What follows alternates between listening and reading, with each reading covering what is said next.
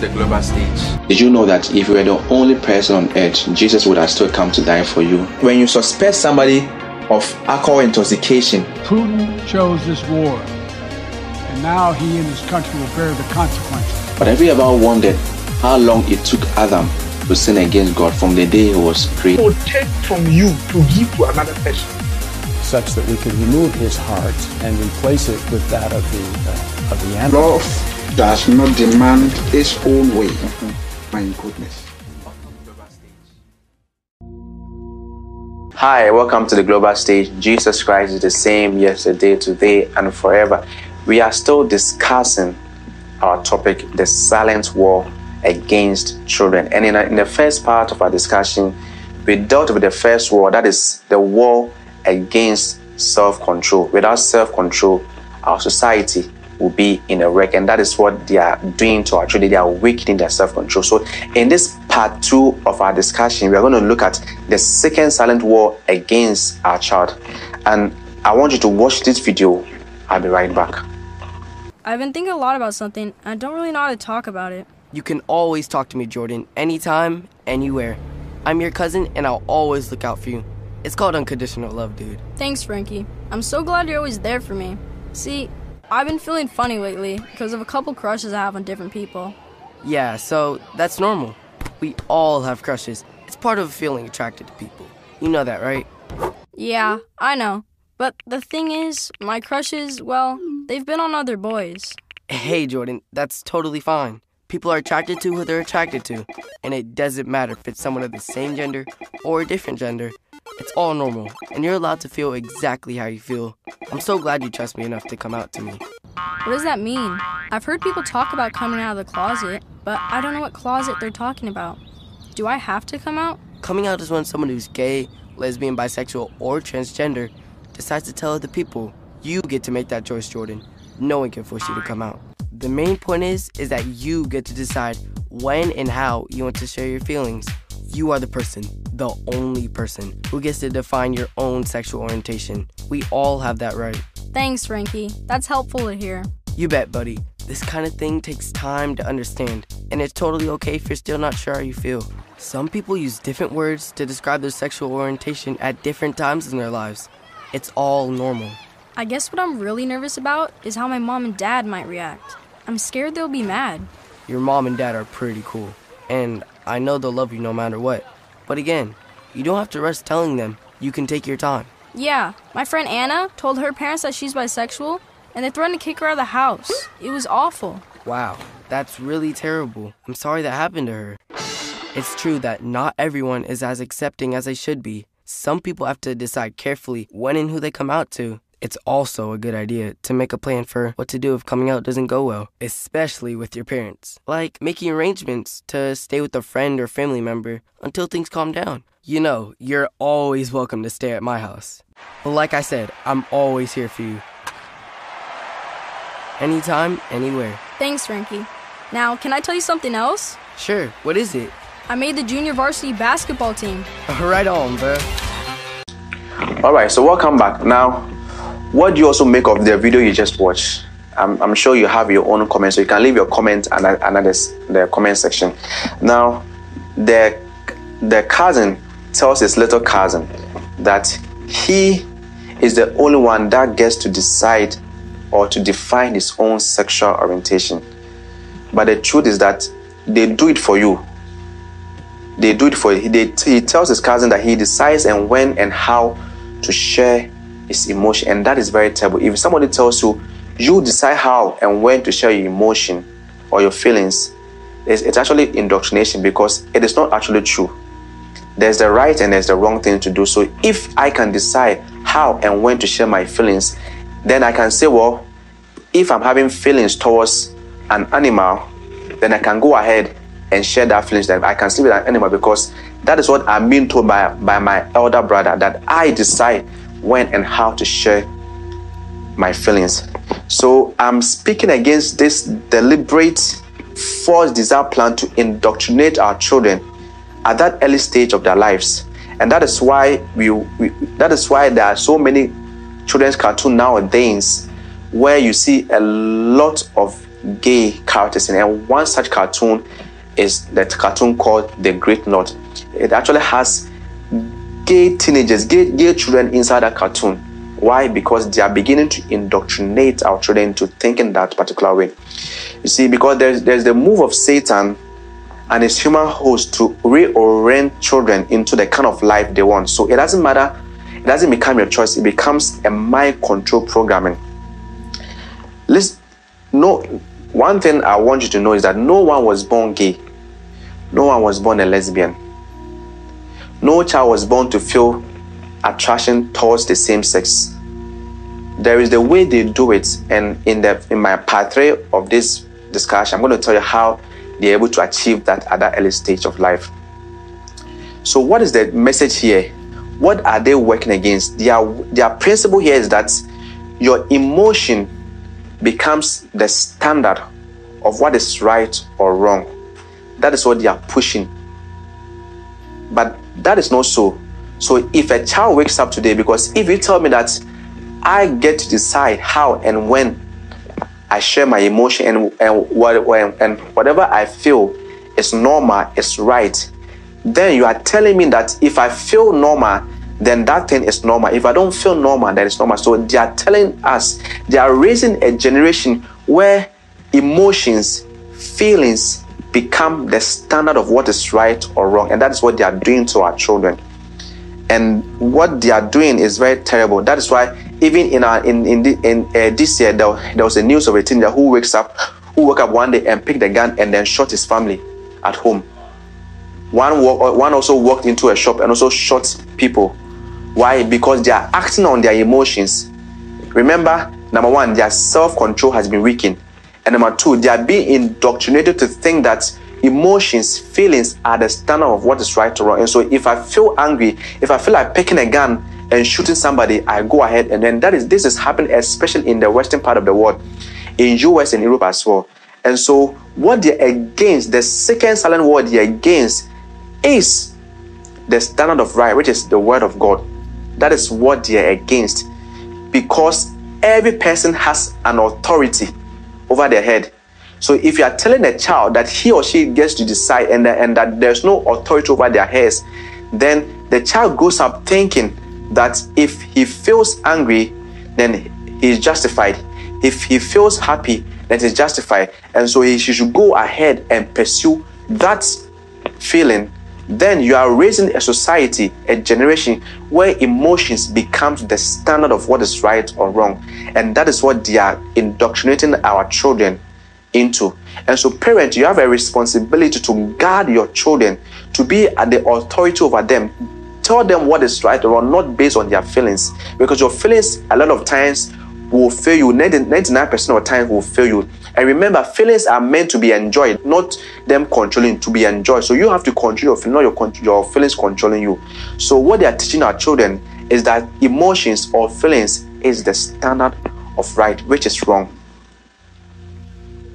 Now, I want you to watch this video, and it's very irritating. Now, there was a 6-year-old boy in UK this year who was branded transphobic race. Watch this news. I'll be right back. Will not affect your life. They are abstract disputes by intellectuals with too much time on their hands. Well, you may have to think again. Rows about transgenderism, about whether somebody is biologically male or female, have long ago escaped the campus for the real world. Last week, for instance, the Scottish Government burnished its reputation for being woker than thou by dropping the word mother from its maternity policies. But there was also a reminder of how big business can't wait to capture headlines by pushing a trans agenda. Primark launched a range of maternity clothes for parenthood and managed not to use the word mother, maternity or woman in so doing. At the other end, the posher end of the retail market, John Lewis released an advert with a young boy experimenting with makeup and a frock. There are those who question whether this is wise or a representative of public opinion or even science, or whether it's just harmless fun. But people who say that, they sometimes tread warily. Professor Robert Winston appeared on Question Time last week and admitted he'd probably get hate mail for having the temerity to suggest on national television that there was such a thing as biological sex. Well, our next guest can perhaps relate to some of this. They started legal action after they say their son was left feeling confused by a boy in his class who started wearing a dress. Nigel and Sally Rowe from the Isle of Wight hope their lawyers can persuade the government to take action against the Church of England school where their son was a pupil. Let's turn to them now. Thanks so much for your time. Well, let's start with your son. You're still homeschooling him. That's right. Yes. And Two sons. Presumably indefinitely. Well, yes, the way the culture is going, probably will be indefinitely, yes. I just started to say there that it's a judicial review that you're looking to do. I mean, that's expensive, it's complicated, it can take a long time. There are those people who aren't fans of judicial reviews because it sort of ties the hands of elected politicians. What are you trying to achieve with it? Well, what we're trying to achieve is for the government to change its stance on the guidelines given to schools. I think the guidelines are very dangerous. And one of the, I have to essentially say this, that in the letter we got from the school, which I believe is the guidelines, is that my 6-year-old son would be deemed transphobic if he didn't believe literally that the other child was a literal boy or girl. And this is just ridiculous. You can't do that with such young 4, 5, 6-year-old children. They don't have the cognitive ability to work those sort of things out. And so therefore, we feel that this is an ideology being pushed in schools through this guidance. And we simply feel that this is wrong. It's immoral. We shouldn't be doing this. Sally, is it a widespread view, do you think, in the school playgrounds? I mean, amongst other parents, amongst other mothers you talk to, is your view widely held? Yeah, I believe it is. We've had lots of support from parents all up and down the country, indeed even internationally, but particularly in our country, they're very concerned. This seems to be happening more and more. That they're endorsing it, they're promoting it, and the guidance has been set up as best practice by the government. And we have been collating, the legal team have been collating some expert evidence from people who have worked with children with gender dysphoria, and they say that these guidelines are harmful. They're actually harmful, and they do the most damage to the actual child that's suffering from gender dysphoria. I mean, politically, Nigel, there's a feeling you ought to be, I suppose, pushing against an open door when you look at someone like Kemi Badenoch, the Equalities Minister, who, is not crazy about transgenderism. No, they're not crazy about transgenderism. I memean, let's remember here, this discussion we're talking about here is children. I mean, obviously, you've got the trans movement when it comes to adults. And I mentioned before in the media that as adults, part of our constitution that you have free will and free choice to choose how you want to live your life, regardless of what I think of it. But when it comes to children, as a civilized society, it's up to adults to make sure they protect children. And surely this ideology being taught to 4, 5, 6-year-olds, surely this is immoral, it's wrong, it's contrary to science, it's contrary to law, because legally you can't become a transgender until you're 18 and prove it for 2 years. And for us as Christians, it's also contrary to biblical theology. In the beginning, God created them male and female. It's just basic biology. So why are we actually pushing this agenda on such little children? I think there is a political agenda here, and it's very concerning. Nigel and Sally Rowe, keep us posted with how you get on, and thanks for joining us this evening. Really appreciate it. Thanks ever so much. All right, so welcome back. Now, let me explain what you just saw. Now, there was a 6-year-old boy raised in a traditional Christian home where he knows that the family consists of a father, a mother, and the children. And then in the family system, a boy wears what belongs to a boy, and a girl wears what belongs to a girl. So this 6-year-old boy goes to school and sees another boy wearing what belongs to a girl. And then this boy was confused, and the confusion showed on his face. And he was reported to the school board, and they branded that 6-year-old boy transphobic Rex. Now, what is the meaning of transphobic or transphobic? Transphobia simply means the hatred or fear of transgender or transsexual persons. So what they are saying is that 6-year-old boy has been branded as someone who fears or hates somebody who is transgender or transsexual. Now, that is very ridiculous. Imagine a 6-year-old boy. What does he know? So just because it showed on his face and he was confused. Now, the boy didn't even utter any word. The confusion only showed on his face, and the school board called the parents that this boy is at risk of hating or fearing people who are transsexual or transgender. And you wonder what is going on. Imagine a 6-year-old boy, very innocent at that stage of his life. So that child shouldn't be confused. That's the question I'm asking. He's only 6 years old, and that's what they are treating that child, branding him transphobic. So gradually they are altering the minds of our children, engineering them to accept this devilish act. And you have many of these so-called Hollywood celebrities coming down to Africa and turning some of our children into boys when they are supposed to be girls, and girls when they are supposed to be boys.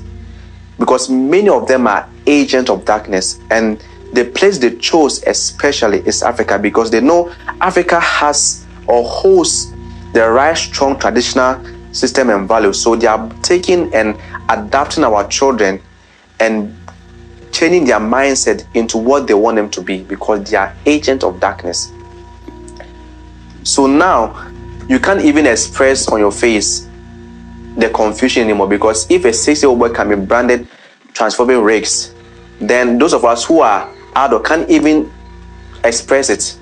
And the parent had to come in and said, now look at what is going on. They've called in for their lawyer, and for now they are homeschooling that child, because they believe that a boy should wear what belongs to a boy, which is the right thing, and a girl should wear what belongs to a girl.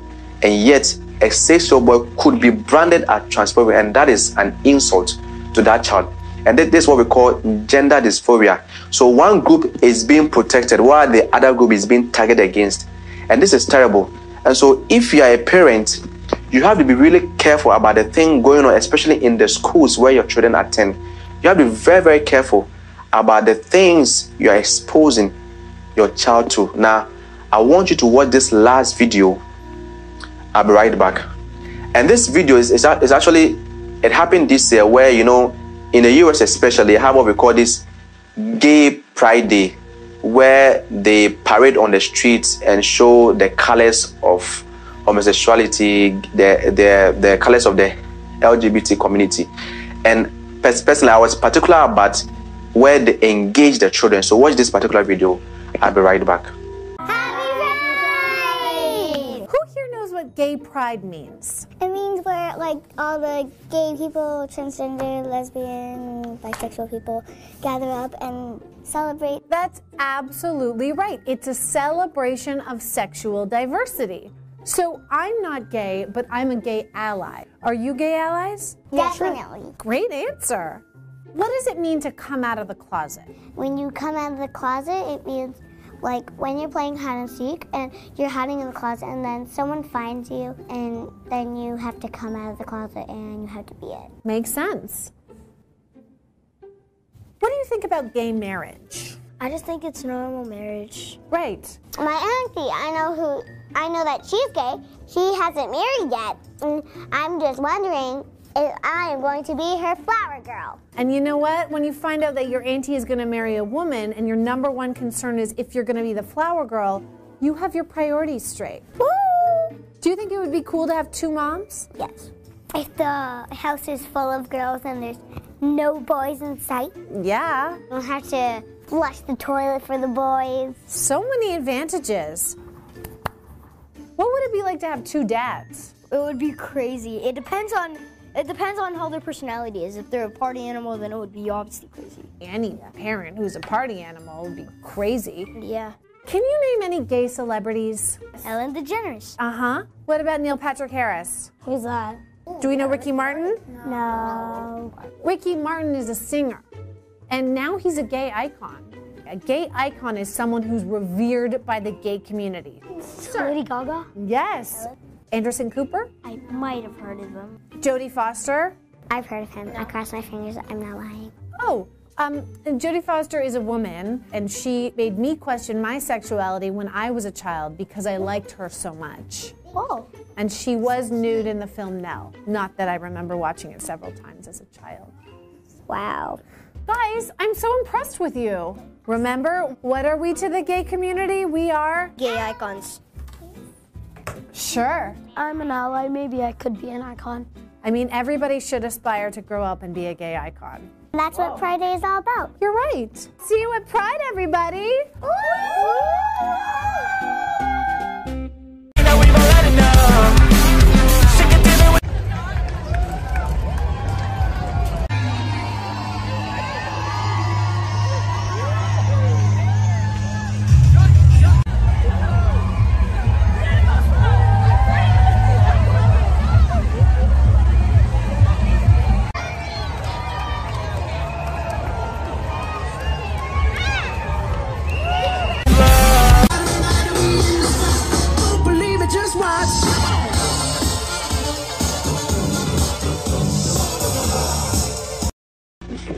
All right, welcome back. So as you can see now, you see what they are doing.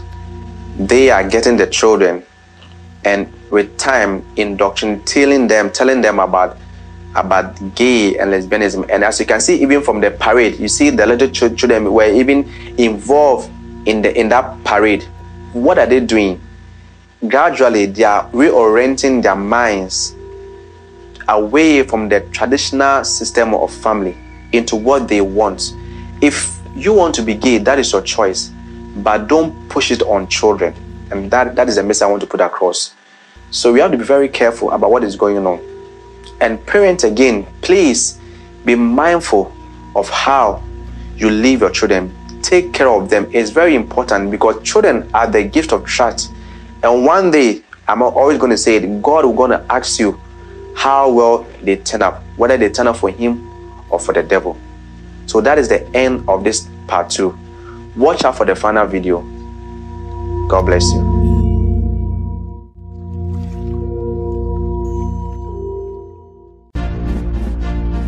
The global stage. The global stage.